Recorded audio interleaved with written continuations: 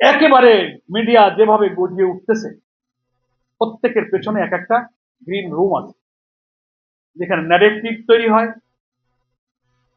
অভিনেতা অভিনেত্রী তৈরি হয়, তাদের ওই রাজনৈতিক এবং ব্যবসায়িক স্বার্থ রাখার জন্য তারা তাদের মিডিয়াতে করছে।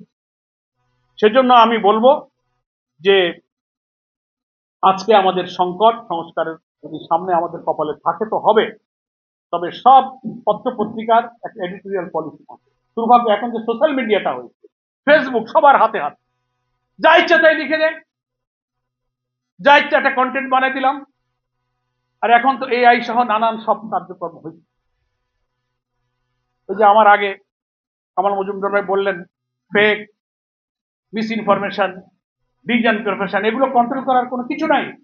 পত্রিকা, ইলেকট্রনিক, প্রিন্ট যাই হোক, তার তো একটা এডিটোরিয়াল পলিসি থাকে, কিন্তু ফেসবুক, সোশ্যাল মিডিয়ার তো কোনো এডিটোরিয়াল বোর্ড আর কোনো পলিসি নাই। মনে যা আসে লিখে দিলাম, টিপ দিলাম, চলে গেল। কারো 12টা বাজলো, কেউ আকাশে উঠলো, কেউ আকাশ থেকে আছাড় খেয়ে পড়লো। এডিটোরিয়াল কোনো পলিসি নাই, নিয়ন্ত্রণ নাই। ফলে এটার কারণ কি? শতাব্দী জুড়ে প্রায় 100 বছর ধরে গোটা জাতি সভ্যতার মধ্যে একটা নৈতিক সংকট কিন্তু চলছে। সিনিয়র জার্নালিস্টরা বলবেন, আমার অল্পদিন সাংবাদিকতার করার অভিজ্ঞতা আছে। সিনিয়র সাংবাদিকরা সাংবাদিকতার পেশাকে উন্নত বিশ্বের সাথে তুলনা করে বলে থাকেন যে barometer of civilization, journalism is the barometer of civilization. সাংবাদিকতা হচ্ছে সভ্যতার মাপকাঠি। কোন দেশ, কোন জাতি কত সভ্য, সেটা সাংবাদিকতার স্ট্যান্ডার্ড দিয়ে মাপা। কেউ বলে সাংবাদিকতা হচ্ছে জাতির বিবেক, জাতির দর্পণ, গণতান্ত্রিক রাষ্ট্র কাঠামোর একটা অন্যতম স্তম্ভ, পিলার, এগুলো দিয়ে সম্মানিত করা হয়।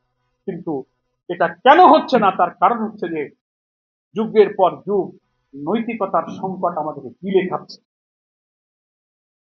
দুর্নীতি, ডিপ্লোম্যাসির নামে নীতিহীনতা আমাদের সব সাংবাদিকতার হাউসগুলোর উপরে চেপে বসেছে। আপনি দেখেন, বিশ্ববিখ্যাত আমি 2-3টা মিডিয়ার নাম বলি, দ্য ইকোনমিস্ট, টাইমস, নিউজউইক, দামি দামি পত্রিকা, মানের দিক থেকে দেখতে খুব ভালো এবং তথ্য অনেক থাকে, তথ্য সমৃদ্ধ। কিন্তু সাধারণ মানুষ কিন্তু বুঝতে পারে না তার ভেতরে কি ধরনের তথ্য বিভ্রান্তি এবং নীতিহীনতা থাকে। সাধারণ পাঠকরা বোঝে না। তবে যারা অভিজ্ঞ লোক, অ্যাটেন্টিভলি ওই পত্রিকা তারা পড়ে, তারা অভিজ্ঞ ব্যক্তিরাই বুঝতে পারে যে তার মধ্যে কিভাবে বিভ্রান্তিকর কথাবার্তা আছে। এবং অবাক হতে হয়, ইকোনমিক্স যে পত্রিকাটা আছে, যখনই থার্ড ওয়ার্ল্ড, তৃতীয় বিশ্ব অথবা মুসলিম দেশের কোনো ইস্যু আসে ইকোনমিস্টদের কাছে, তখন তারা আর খবরের উপরে জাস্টিস করতে পারে না। এটা তো বড় বড় নামি দামি ইন্টারন্যাশনাল মিডিয়ার এই হচ্ছে অবস্থা। কারণ আমাদের মধ্যে একটা মোরাল ক্রাইসিস চলছে গোটা জাতির মধ্যে, সভ্যতার মধ্যে। এটা থেকে ফিরে আসতে গেলে বিশ্বব্যাপী নৈতিকতা আমাদেরকে ফিরিয়ে আনতে হবে।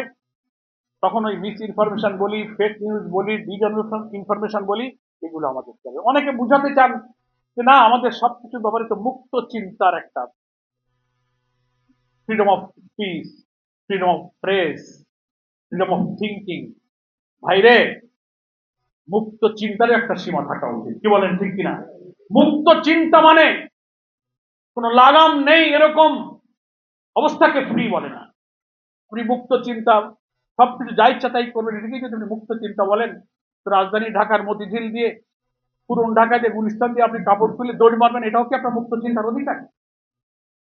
মুক্ত চিন্তা কোন দেশে? প্রবন্ধকার অবশ্য শুরুতে বলেছেন, সেই দেশের রাষ্ট্রের মূল্যবোধ, গণতান্ত্রিক রীতিনীতি, একটা মুসলিম মেজরিটি দেশ, 90 ভাগের বেশি দেশে মুসলিম, আমাদের একটা কালচার আছে, কৃষ্টি আছে, আমাদের একটা সভ্যতা আছে, সংস্কৃতি আছে। সেই নীতি নৈতিকতার মধ্যে আপনি যতটুকু স্বাধীন মত প্রকাশ করবেন। আপনি কারো হৃদয় আঘাত করবেন না, কারো আদর্শে আঘাত করবেন না, কারো ধর্মে আঘাত করবেন না, কারো চরিত্রে আঘাত করবেন। মুক্ত চিন্তা মানেই আপনি সবকিছু স্বাধীন হয়ে যাবেন। এটাকে কোনো